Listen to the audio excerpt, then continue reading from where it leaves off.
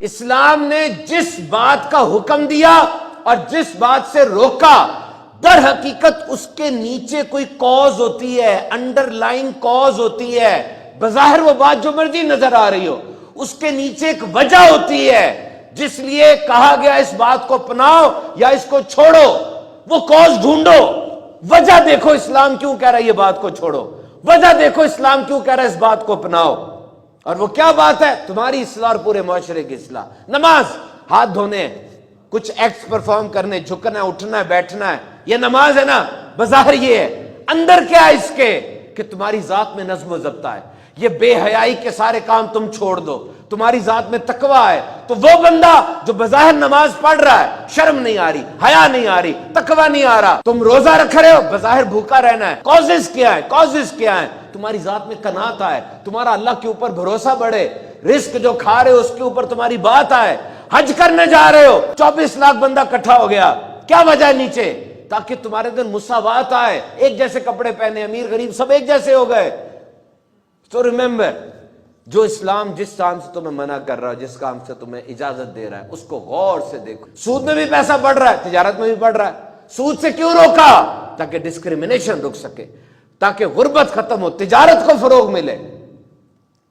حیرت نہیں ہوتی آج آپ کو کہ یہ قوم، یہ امت، دنیا میں تقریباً 2 ارب مسلمان ہیں، پاکستان میں 96.47 لوگ مسلمان ہیں پرسنٹ، اور یہ سب ہمارا ایمان ہے۔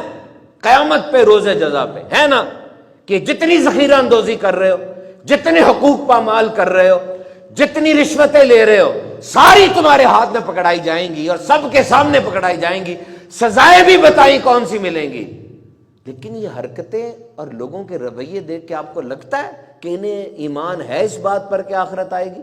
آج اتنے بگڑ چکے ہیں، ہم اتنے بگڑ چکے ہیں کہ قرآن پاک میں جس امت کی تعریف کی گئی، اپنے آپ کو دیکھے تو میں لگتا ہی نہیں ہے وہ امت ہے۔ دیکھو، اگر تمہیں رستے کا پتہ ہے نا، غور سے سننا، اگر تمہیں رستے کا پتہ ہے تو جو گمراہ ہے نا وہ تمہاری ذمہ داری بن چکے ہیں۔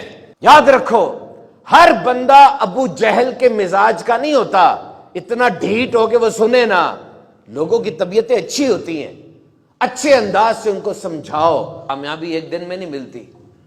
ابھی میرا قائد اعظم یونیورسٹی کے اندر ویبینار تھا، اس کے اندر لڑکے نے مجھ سے پوچھا، امید کی بات آپ کر رہے ہیں، امید کیا ہوتی ہے؟ تو جھوٹ ہے۔ نہیں، آپ امید اور خواہش میں فرق نہیں کر رہے۔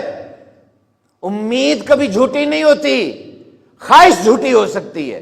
خواہش آپ کو ملے نہ ملے، بچہ خواہش کرتا ہے میں نے سپر مین، اسپائڈر مین بننا ہے، نہیں، مشکل ہے، خواہش پوری نہیں ہوگی۔ بچہ خواہش کرتا ہے میں نے ڈاکٹر بننا ہے، بن سکتا ہے۔